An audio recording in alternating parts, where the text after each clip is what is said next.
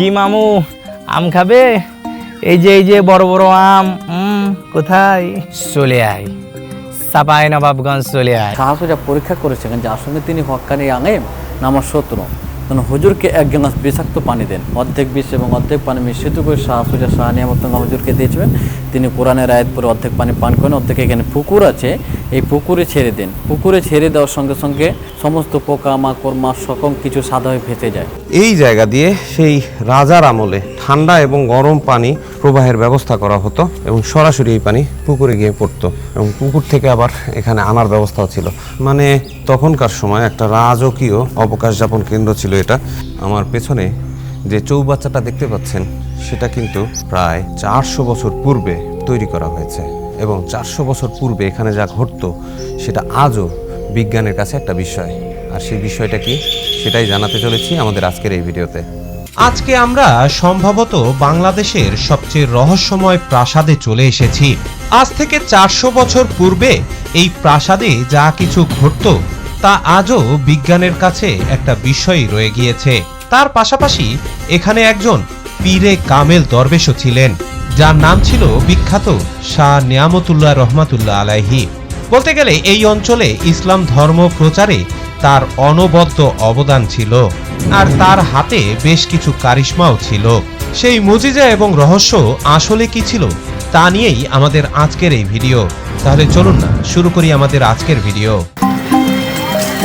গত পর্বে আমরা ছোট সোনা মসজিদটা ঘুরিয়ে দেখেছি, আর এখান থেকেই খুব কাছে অবস্থিত হচ্ছে তোয়াখানা।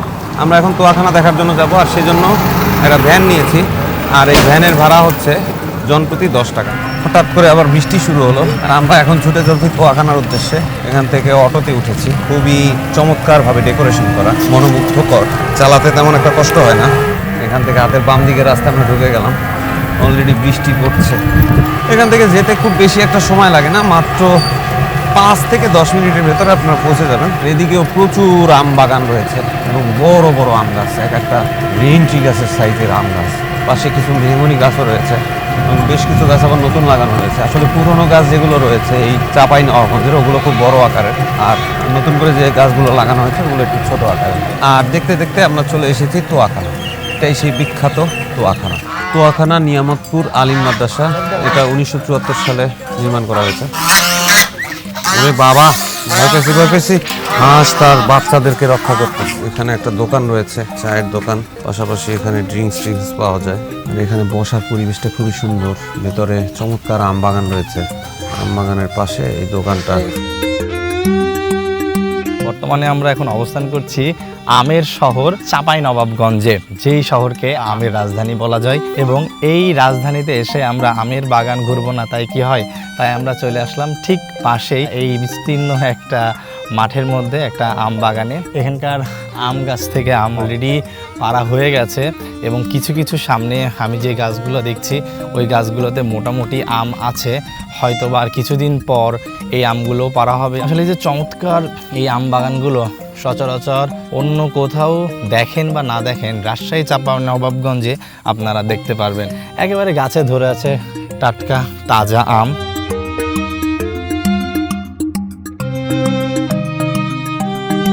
ঘুরে দেখছি আমরা চাঁপাইনবাবগঞ্জ জেলা, আর চাঁপাইনবাবগঞ্জ জেলার অন্যতম আর একটা টুরিস্ট স্পট হচ্ছে এই তোহাখানা। আমরা এখন ঘুরে দেখব এই তোহাখানা।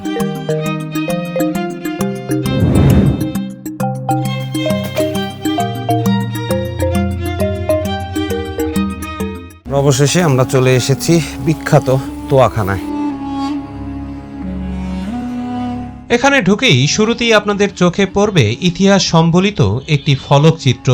ছোট সোনা মসজিদ থেকে প্রায় 500 মিটার উত্তর পশ্চিমে জাহিদুল বালা নামক দিঘির পশ্চিম পারে তোয়াখানা অবস্থিত। পুরো বাংলাদেশের আর কোথাও কিন্তু আপনারা এই আকারের প্রাসাদ খুঁজে পাবেন না, কারণ এখানে একটা মূল প্রাসাদের পাশাপাশি রয়েছে একটা মসজিদ আর একটা মাজার।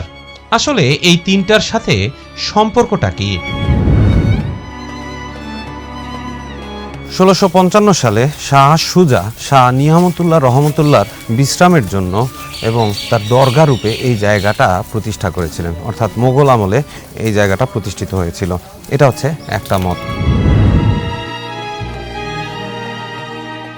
আবার অপর একটা মতে রয়েছে শাহ সুজা তার অবকাশ যাপনের জন্য এই ঘরে আসতেন এবং শাহ নিয়ামতুল্লাহর সাথে তিনি সাক্ষাৎ করার জন্য এই ঘরে আসতেন এবং এখানে এসে তিনি অবকাশ করতেন। অর্থাৎ যেভাবেই বলুন না কেন, সেই শাহ সুজার আমলে শাহ নিয়ামতুল্লাহ রহমতুল্লাহ আলাইহির দরগা হিসাবে এটা নির্মাণ করা হয়েছিল।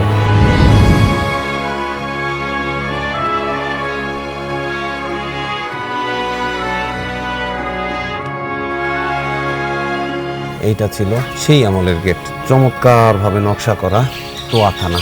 এবং এখানে জায়গায় জায়গায় কিছু বেলে পাথরের ফলক রয়েছে, এগুলো মূলত সেই 1800 সালে ভূমিকম্পে ধ্বংসপ্রাপ্ত হয়েছিল। মূলত 1897 সালে বাংলাদেশে একটা প্রলয়ঙ্কারী ভূমিকম্প সংঘটিত হয়েছিল, আর সেই ভূমিকম্পে ছোট সোনা মসজিদের অনেক অংশ ক্ষতিগ্রস্ত হয়, আর সেই ক্ষতিগ্রস্ত অংশগুলোই বর্তমানে এই তোয়াখানাতে এনে রাখা হয়েছে। আর এটাই ছিল মূল তোয়াখানা। এখানে মূলত সুলতান শাহ সুজা যখন আসতেন তখন তাকে এখানে আতিথেয়তা করা হতো। বর্তমানে এটা প্রত্নতত্ত্ব অধিদপ্তরের আন্ডারে রয়েছে, জায়গাটা বন্ধ করা রয়েছে। এখানে অনেকগুলো কক্ষ ছিল। গৌড়ের মতো সুপ্রাচীন স্থাপত্যকর্ম তোহাখানা ছাড়া বাংলাদেশের আর কোথাও তেমন একটা দেখা যায় না। দ্বিতল এই ভবনটি মূলত ইট দ্বারা তৈরি করা হয়েছিল। অন্যদিকে সুলতানি আমলে গৌড়ের অন্যান্য স্থাপনা কিন্তু পাথর দিয়ে তৈরি করা হয়েছিল। এক কথায় তোহাখানা ছিল সুলতানি নগরে মোগল স্থাপত্য রীতির সূচনা মাত্র। আর এই সূচনার পরেই বাংলার বিভিন্ন জায়গায় এই স্থাপত্য রীতি অনুসরণ করা হয়েছে। বলতে পারেন এটাই বাংলায় সর্বপ্রথম কোনো মোগল স্থাপত্য। সুলতান শাহজাহানের পুত্র শাহ সুজা যখন এখানে আসতেন তখন কিন্তু এই তোয়াখানার ভেতরেই অবকাশ যাপন করতেন এবং তিনি সময় কাটাতেন। বর্তমানে এই কক্ষগুলো ভেতর থেকে বন্ধ করা, প্রত্নতত্ত্ব অধিদপ্তর এগুলো সংস্কার কাজ করেছে এবং এখানে গবেষণামূলক কাজকর্ম করে থাকে। সর্বদা এটা তত্ত্বাবধানে থাকে। আর এর ভেতরেও স্ট্রাকচার খুবই সুন্দর, ভেতরে উপরে চমৎকার সিলিং রয়েছে, এগুলো বর্তমানে সংস্কার করা হয়েছে। জায়গায় জায়গায় কুলুঙ্গি ছিল।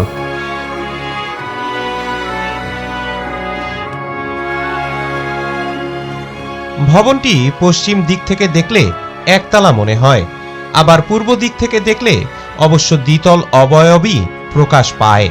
আর ভবনের নিচতলার কক্ষগুলো পূর্ব দিকে বর্ধিত এবং খিলান পথগুলি উন্থিত রয়েছে সরাসরি জলাশয়ের দিকে। এর ছাদ এবং দেয়ালগুলো কনক্রিটের ঢালাই দিয়ে তৈরি করা হয়েছিল।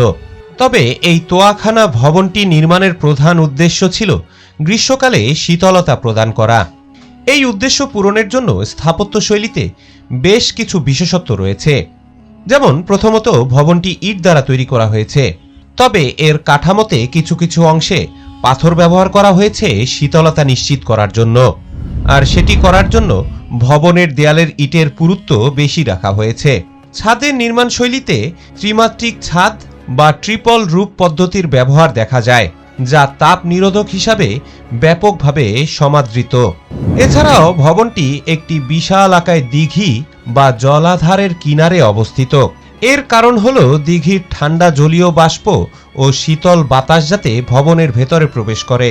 এছাড়াও তোয়াখানার পশ্চিম দিকে রয়েছে একটি ছোট জলাশয়, যা একসময় ভূগর্ভস্থ নালা দিয়ে দিঘির সাথে সরাসরি সংযুক্ত ছিল বলে ধারণা করা হয়। এই জলপথ বা নালা ভবনের মধ্য দিয়ে প্রবাহিত হয়ে কক্ষগুলোর তাপমাত্রা সবসময়ই কমিয়ে রাখত। এই জায়গা দিয়ে সেই রাজার আমলে ঠান্ডা এবং গরম পানি প্রবাহের ব্যবস্থা করা হতো এবং সরাসরি এই পানি পুকুরে গিয়ে পড়তো এবং পুকুর থেকে আবার এখানে আনার ব্যবস্থাও ছিল। মানে তখনকার সময় একটা রাজকীয় অবকাশ যাপন কেন্দ্র ছিল এটা, এই বিখ্যাত তোয়াখানা, যেটার কিছু স্ট্রাকচার হয়তো আমরা এখন দেখতে পাচ্ছি, কিন্তু এগুলোর সায়েন্টিফিক ব্যাখ্যা কীভাবে চলতো তার অনেক কিছুই আমাদের অজানা। হয়তোবা তখনকার টেকনোলজি টোটালি আলাদা ছিল। ঠান্ডা গরম পানির ব্যবস্থা সেই আমলে, ভাবতেই অবাক লাগছে।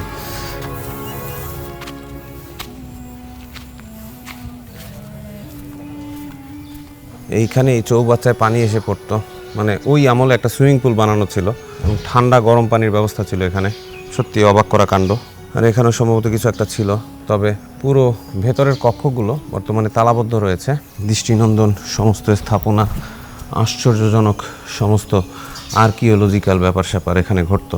মূলত এই চৌবাচ্চায় ওই পুকুর থেকে সরাসরি পানি আনা হতো এবং একাধারে এখানে ঠান্ডা গরম পানির ব্যবস্থা ছিল। এবং রাজার পুত্র এসে এখানে কিন্তু গোসল করতেন এবং অবকাশ যাপন করতেন।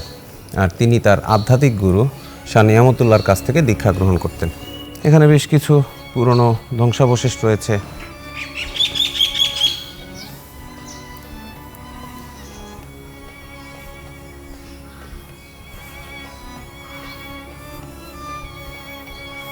ভেতরেও বেশ কিছু ধ্বংসাবশেষ রয়েছে সেই ছোট সোনা মসজিদের। বেশ কিছু শিলালিপিও রয়েছে সেই আমলের। আসলে ছোট সোনা মসজিদ একবার ভূমিকম্পে ব্যাপকভাবে ক্ষতিগ্রস্ত হয় এবং ক্ষতিগ্রস্ত হওয়ার সময় যেসব পাথর ছড়িয়ে ছিটিয়ে গিয়েছিল এবং পরবর্তীতে যেগুলো আর সংস্কার করতে পারে নাই, সেই পাথরগুলোই এখানে রাখা হয়েছে। মূলত এগুলো সবই ওইখানকার বেলে পাথর। আর এই ভবনের কক্ষগুলো লম্বালম্বিভাবে সাজানো। এর ভিতরে একটি কেন্দ্রীয় প্রার্থনা কক্ষ, রান্নাঘর এবং অন্যান্য কক্ষ রয়েছে। ভবনটি এক গম্বুজ বিশিষ্ট একটি প্রবেশদ্বার বা বারান্দা দিয়ে শুরু হয়েছে।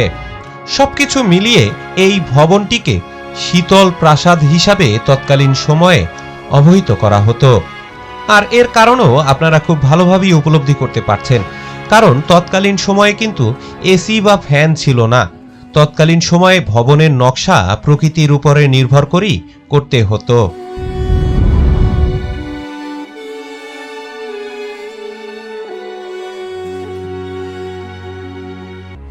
প্রাসাদের উত্তর দিকে একটি ছোট পারিবারিক মসজিদ রয়েছে, আর এর পেছনে রয়েছে একটি খোলা ঘর যা অষ্টভুজাকৃতির একটি দুর্গের সাথে সংযুক্ত।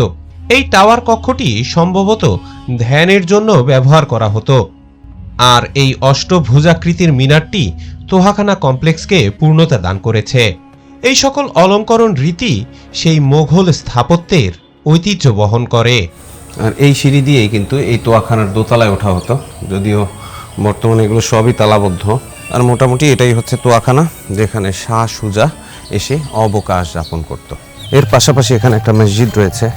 এই হচ্ছে সেই দৃষ্টিনন্দন মসজিদ, অসাধারণ। এটা কিন্তু সেই শাহ সুজার আমলে তৈরি করা। মাজার এবং কমপ্লেক্সের মাঝখানে একটা 3 গম্বুজ বিশিষ্ট চমৎকার মোঘল স্থাপত্য নকশায় মসজিদ রয়েছে। আর এই মসজিদটি কিন্তু তোয়াখানার আমলে তৈরি হয়নি, তার বেশ কিছু পরে এটা নির্মাণ করা হয়েছিল। তবে মসজিদের সঠিক নির্মাণ সাল কিন্তু জানা যায় না। তারপরও ধারণা করা যায় যে এই তোহাখানা নির্মাণের পরবর্তী কয়েক দশকের ভেতরই এই মসজিদটিও নির্মাণ করা হয়েছিল। আজও মসজিদের প্রতিটি দেয়ালে মোঘল স্থাপত্য নকশা পরিলক্ষিত হয়। নিয়ামতুল্লাহ রহমতুল্লাহ আলাইহি এখানে বসতেন, নামাজ পড়াতেন এবং তিনি তার আধ্যাত্মিক সাধনা করতেন এবং এখানকার মানুষজনকে ইসলাম ধর্মের আলোকে দীক্ষিত করতেন। বর্তমানে এই মসজিদটি সংস্কার করা হয়েছে, খুবই চমৎকার নকশায় তৈরি করা। জায়গায় জায়গায় এখানে কুলুঙ্গি রয়েছে, এইসব জায়গায় বাতি রাখা হতো, আলোকসজ্জার জন্য এই কুলুঙ্গিগুলো ব্যবহার করা হতো। দেখতে খুবই চমৎকার। আগেই বলেছি এই মসজিদের সামনে একটা বিশাল বড় পুকুর রয়েছে, আর পুকুরে চমৎকার করে ঘাট বাঁধাই করা রয়েছে। এতে করে মুসল্লিরা খুব সহজেই এখান থেকে অজু করে এই মসজিদে নামাজ আদায় করতে পারেন। এই মূল মসজিদটির 3টি দরজা রয়েছে এবং মাঝখানে একটা হচ্ছে সদর দরজা, আর পাশে আরও 2টো দরজা রয়েছে। চলুন ভেতরে কি রয়েছে আপনাদেরকে একটু ঘুরে দেখাই। এই হচ্ছে সেই মসজিদ। ভেতরে একটা মেহরাব রয়েছে, যদিও এগুলো পরবর্তীতে প্রত্নতত্ত্ব অধিদপ্তরের মাধ্যমে সংস্কার করা হয়েছে, তবে মোঘল স্ট্রাকচার এবং সেই আমলি নকশা করা।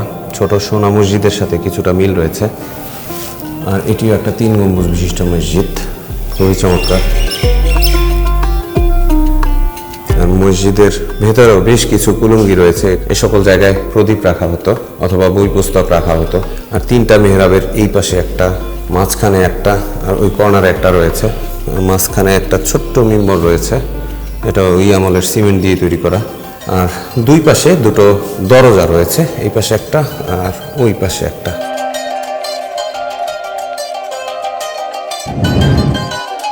মসজিদের ভেতরে ভেতরে অসংখ্য কুলুঙ্গি রয়েছে।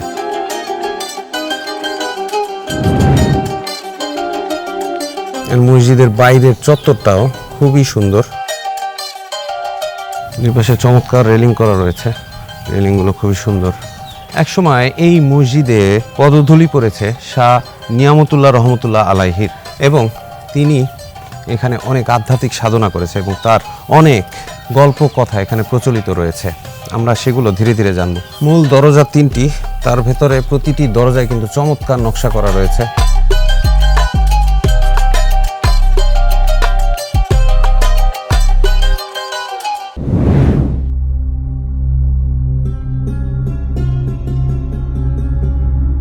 এখানে বেশ কিছু পুরনো কবর রয়েছে। এখানে যেসব আলেমগণ ছিলেন বা মসজিদে কর্মরত যারা ইমাম সাহেব ছিলেন তাদের কবরস্থান, একটা পুরনো কবরও রয়েছে।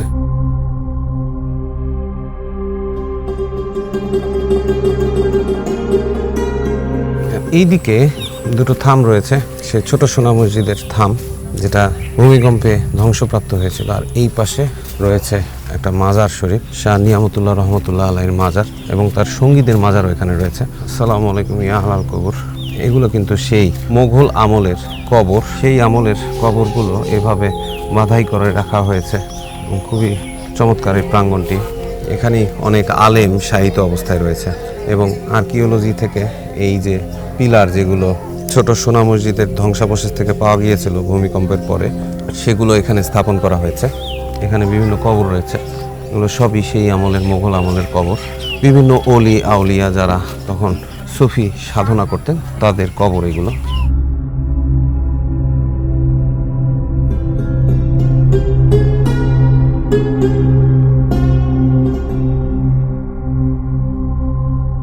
এখানে মাদ্রাসার বাচ্চারা এসেছে।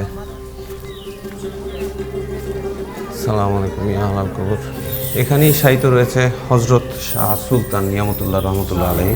তিনি কিন্তু এক সময় এই অঞ্চলে ধর্ম প্রচারক হিসাবে ছিলেন এবং তার অবদানে এই অঞ্চলের অনেক মানুষ ইসলাম ধর্মে দীক্ষিত হয়েছে। আলহামদুলিল্লাহ, তার পবিত্র কবর আমরা দেখতে পাচ্ছি। আমরা এখন কবর জিয়ারত করে নিব। যারা সুফি সাধক ছিলেন তাদের কবর জিয়ারত করা সুন্নত। আর ভেতরে একটা চমৎকার সুগন্ধ রয়েছে।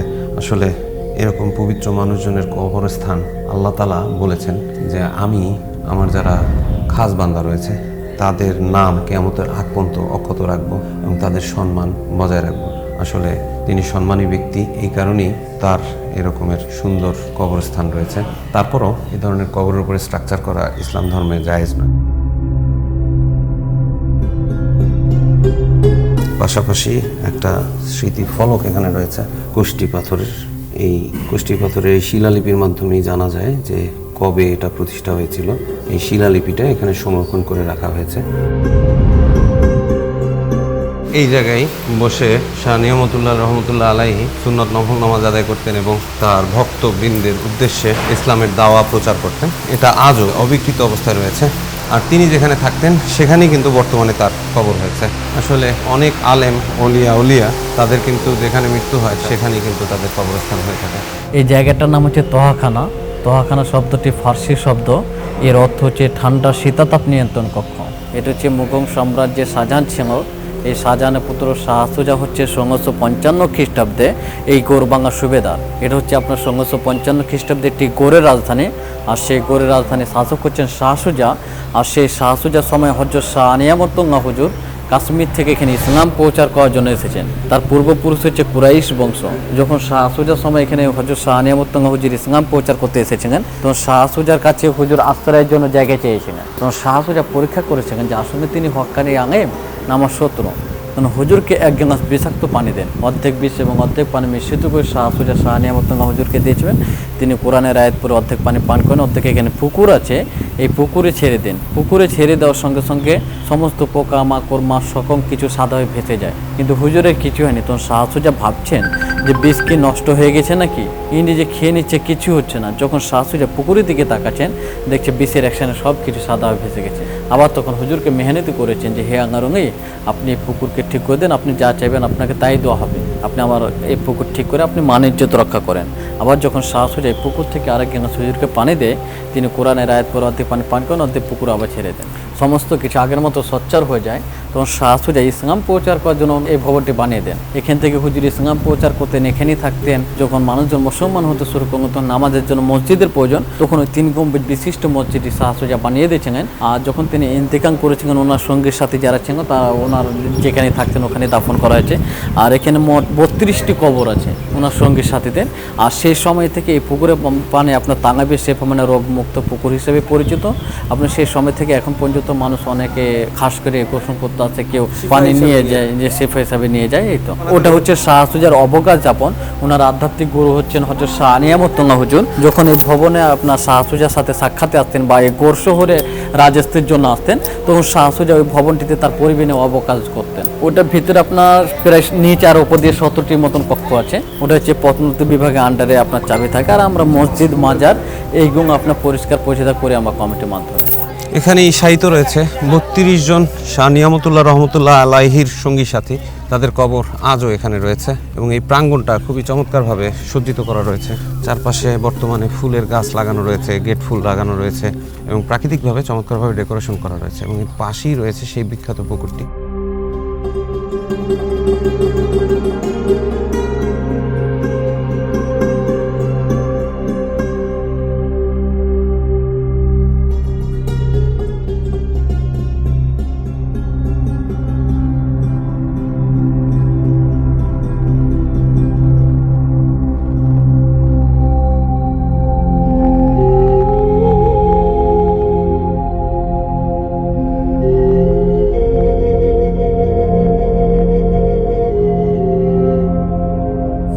সুতরাং শাহ সুজার আমলের এবং শাহ নিয়ামতুল্লাহ রহমতুল্লাহ আলাইহির সময়কার স্থাপনা থেকে আজকের মতো আমরা এখানেই বিদায় নিচ্ছি। ইনশাল্লাহ এই চাঁপাই নবাবগঞ্জ ভ্রমণের অন্য পর্বে আবার আপনাদের সাথে দেখা হচ্ছে। সে বন্ধু বিদায়। আসসালামু আলাইকুম রহমতুল্লাহ।